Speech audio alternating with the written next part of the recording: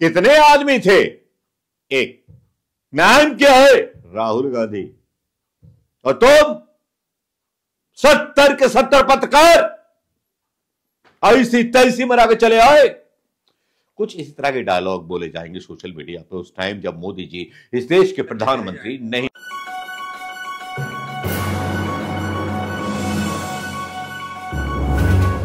सुल्तान की डगर कुछ ऐसी है, किसी मुद्दे पर टिकना नहीं चाहता, किसी मुद्दे पर टिकना नहीं चाहता, लेता है तिरंगा हाथ में, लेता है तिरंगा हाथ में, वंदे मातरम बोलता है, लेता है तिरंगा हाथ में, वंदे मातरम बोलता है, लेकिन देश के हर मुकाम को बेच देना चाहता है। तो नमस्कार, मैं मनोज कुमार शर्मा एक बार फिर आपके बीच में। जी हां दोस्तों, मोदी मीडिया की कहानी और मुन्नी मीडिया के नंगे होने की कहानी तो मैंने 3 साल पहले कह दी थी, जिस वीडियो के ऊपर मेरे ऊपर नोटिस जारी हो गए थे। हालांकि नोटिस आज भी जारी हैं। सरकार की तन्हाइयों में हम पड़े हुए हैं, क्योंकि यूट्यूब चैनल को ब्लॉक करने की पूरी कोशिश की गई, 3-3 स्ट्राइकें डाली गई, लेकिन सच तो बोलेंगे। एक्सीडेंट हो या जान से मार दिया जाए, हिंदुस्तान के लिए सच बोलेंगे, डेमोक्रेसी के लिए सच बोलेंगे, राहुल गांधी के लिए सच बोलेंगे और ईवीएम के लिए सच बोलेंगे। जी हां, आज मौका आ गया है। बड़े बड़े बड़े पत्रकार पत्रकारिता करने लगे हैं, कंपटीशन में उतर आए हैं। बहुत से लोगों को उनके वीडियो देखना पसंद होगा, लेकिन आज हम अपने स्टाइल से अपनी खबर लेकर के आए हैं, जिस स्टाइल में हम अपनी खबर लेके आया करते थे हेमंत सोरेन के बारे में, जहां सुधीर तिहाड़ी की बहुत बड़ी छेछालेदारी हो रही है। उसके कपड़े जो हैं उतारे जा रहे हैं और लगता है कि अगर जनता के सामने आ जाए सुधीर तिहाड़ी तो जनता पूरे इनके कपड़े उतार करके चौराहे पे खड़ा कर करके सवाल पूछेगी। Sudhir Tihadi, India wants to know. एक ब्लैकमेलिंग करने वाला पत्रकार जो पकड़ा गया था, जिसके ऊपर केस था, उसको किस चैनल ने नौकरी दे दी, किस चैनल ने उसको सुपारी दे दी? हेमंत सोरेन के बारे में, आदिवासियों का अपमान करने के बारे में। जी हां, सोशल मीडिया पर पूरब से लेकर पश्चिम तक, उत्तर से लेकर दक्षिण तक बस यही छाया हुआ है। लेकिन मेरी बात समझ में नहीं आती, जो आदमी खुद 4 करोड़ रुपए कमाता है, जिसका पैकेज 4 करोड़ रुपए सालाना है, सुधीर तिहाड़ी बोलते हैं, दिहाड़ी बोलते हैं, सुसु चौधरी बोलते हैं। पता नहीं यार, इस आदमी को शर्म नहीं आती। पता नहीं पत्रकारिता कांग्रेस के जमाने में करता था या दलाली अब करता है। खैर, दलालों की बेइज्जती करना हो जाएगा, मतलब ये दलाल भी नहीं है, वेश्या भी नहीं है, दलाल और वेश्याओं की बेइज्जती हो जाएगा। इनको ये बोल दिया तो वेश्याओं का भी ईमान होता है, दलालों का भी ईमान होता है। इन्होंने तो सारी हदें पार कर दी हैं। जी हां, इनके पुराने वीडियो वायरल हो रहे हैं, जिसमें ये जो थे सुधीर तिहाड़ी रिश्वत लेते हुए दिखाई दे रहे थे, जिसमें बात कर रहे थे इतने करोड़ सुभाष चंद्रा। और देखो, सुभाष चंद्रा का नाम था सुभाष चंद्रा, जिसको बीजेपी ने राज्यपाल मतलब राज्यसभा की सीट दी। तो भाइयों बहनों, क्या आपको लगता नहीं है कि मतलब हिंदुस्तान की राजनीति का अंत शुरू हो गया है, जहां ईमानदार पॉलिटिक्स की बात करते हैं प्रधानमंत्री Modi ji. Modi ji, India wants to no, बता दो ना। अर्नब को विपक्ष मतलब उसके सवालों को जवाब देते देते परेशान हो गया है। अंजना ओम कश्यप के खून के आंसू रो जाते हैं जब वो इंटरव्यू लेने निकलती हैं, मोदी को गालियां देते हैं लोग। लेकिन यार, आप लोग सुधरने का नाम नहीं लेते, बाकी भी बड़े चिकने घड़े हैं। लेकिन सुधीर तिहाड़ी की जिस तरह से बेइज्जती हो रही है, वो भी हेमंत सोरेन के ऊपर। और कौन सा वीडियो है जिसके ऊपर चर्चा चल रही है, जिसमें सुधीर तिहाड़ी कह रहे हैं कि हेमंत सोरेन की तनख्वाह जो है 3 लाख रुपए महीना है, लेकिन इनके ऐशो आराम, इनका बिलास और ये और वो सब चल रहा है।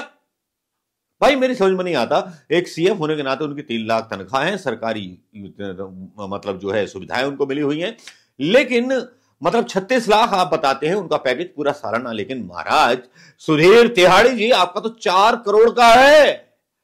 अब आप पर कौन पत्रकारिता करे, आपका लाइफ स्टाइल कौन दिखाए? जिस होटल में आप मोदी के साथ बैठ करके उल्टा सीधा काम करते होंगे, वहां तक क्या मोदी जी के बॉडीगार्ड किसी आम यूट्यूबर्स को घुसने देना चाहेंगे? भाई, सच्चाई तो यही है, कोई घुसने नहीं देना चाहेगा। अब घुस गए तो सुधीर, तुम्हारी जो है पैंट भी उतर जाए, कच्छा उतर जाए, सब कछु उतर जाए। बुंदेलखंडी भाषा थोड़ी ऐसी होती है, रूखी होती है। लेकिन यहां पर जो चर्चाएं हो रही हैं सुधीर तिहाड़ी के बारे में, गिरफ्तारी की मांग हो रही है कि गिरफ्तार किया जाए इस आदमी को। और हंसराज मीना, जो काफी चर्चित एक चेहरा है सोशल मीडिया पर आदिवासी समुदाय के, उनका कहना है कि सुधीर चौधरी क्या कहना चाहता है कि एक आदिवासी को अपने सीएम का पद का वेतन नहीं मिलना चाहिए, सरकारी सुविधाएं नहीं मिलनी चाहिए, नक्सली क्षेत्र होते हुए भी सुरक्षा नहीं मिलनी चाहिए, लाख रुपए भी नहीं होने चाहिए, मुख्य धारा से वंचित रहना चाहिए।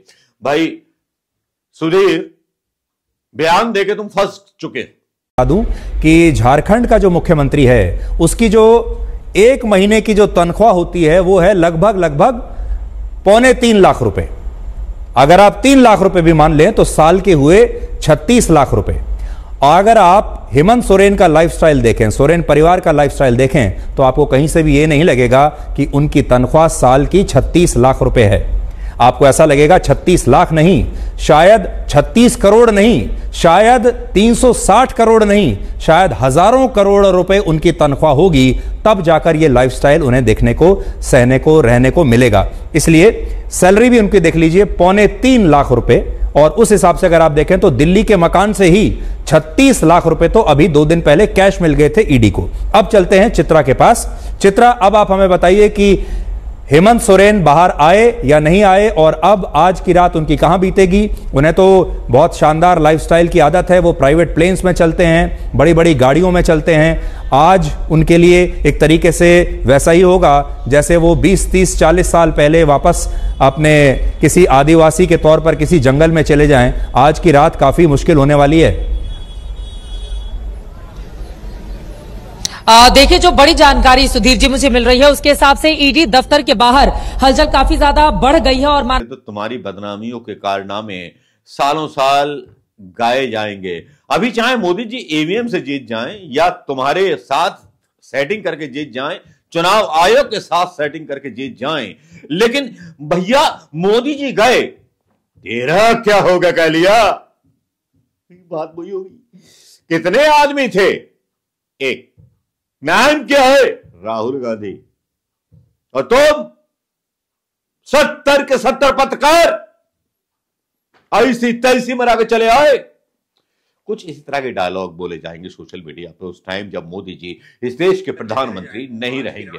लेकिन जो है, जिस तरह से सुधीर तिहाड़ी अपनी चिंता जाहिर कर रहे थे, वाकई में यार वो मतलब ऐसा लग रहा था कि एक ऐसा पत्रकार जो खुद करप्ट पत्रकार है और दुनिया भर की चीजें कर चुका है और जिसकी खुद तनख्वाह है, अपनी तनख्वाह पर बात नहीं कर रहा, लेकिन हेमंत सोरेन को बदनाम करने की कोशिश कर रहा है। लेकिन भाई साहब पर एफआईआर हो गई है, एफआईआर करा दी गई है, एफआईआर करा दी गई है झारखंड पुलिस में, और थाना प्रभारी को लेटर भी लिखा गया है, वो हम डाल देते हैं यहां पर, आप देखिएगा बड़े शौक से। आदिवासी नेता का अपमान कर दिया, लेकिन यार आदिवासी का नेता का नहीं यार, एक हिंदुस्तान के वोटर का अपमान किया, हिंदुस्तान के लोकतंत्र का अपमान किया है। मैं हेमंत सोरेन को आदिवासी नहीं मानता, हिंदुस्तान का प्रथम नागरिक मानता हूं, और नागरिक मैं भी हूं ना, मैं ब्राह्मण, वैसे तो जाति का ब्राह्मण हूं, लेकिन मैं ब्राह्मण नहीं हूं, मैं भारतवासी हूं। और हेमंत सोरेन भी वो भारतवासी हैं जिनको लोकतंत्र से मतलब न्याय मिलने की आशा है और न्याय लेना चाहते हैं। लेकिन जिस तरह से भारतीय जनता पार्टी अपने नंगेपन पर उतरती चली आ रही है, कपड़े फाड़ रहे प्रधानमंत्री मोदी कि भैया मैं लोकसभा 2024 का चुनाव ना हारूं तो मैं क्या करूं। अरे जिस आदमी ने काम कराए होते तो उसको भरोसा होता कि मैं जीत जाऊंगा चुनाव। जिस आदमी ने हिंदुओं के नाम पर वोट लिए, हिंदुओं को नौकरी ना दी, जिस आदमी ने हिंदुओं के नाम पर राम मंदिर बनवाया, लेकिन राम मंदिर पर बड़ा घपला विश्व हिंदू परिषद ने कर दिया, शंकराचार्यों को ना बुलाया, हिंदू परंपराओं का अपमान किया, और 22 जनवरी को दूसरी दिवाली बनवा दी। वाह भाई वाह, प्रधानमंत्री मोदी, आप शंकराचार्य तुम ही बन जाओ ना, उनकी भी शपथ आप ले लो। हिंदू संप्रदाय का सबसे बड़ा अपमान सुल्तान ने किया।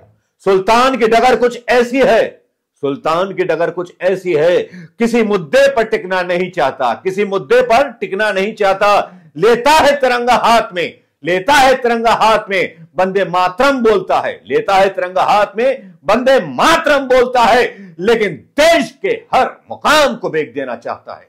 नमस्कार, जय हिंद।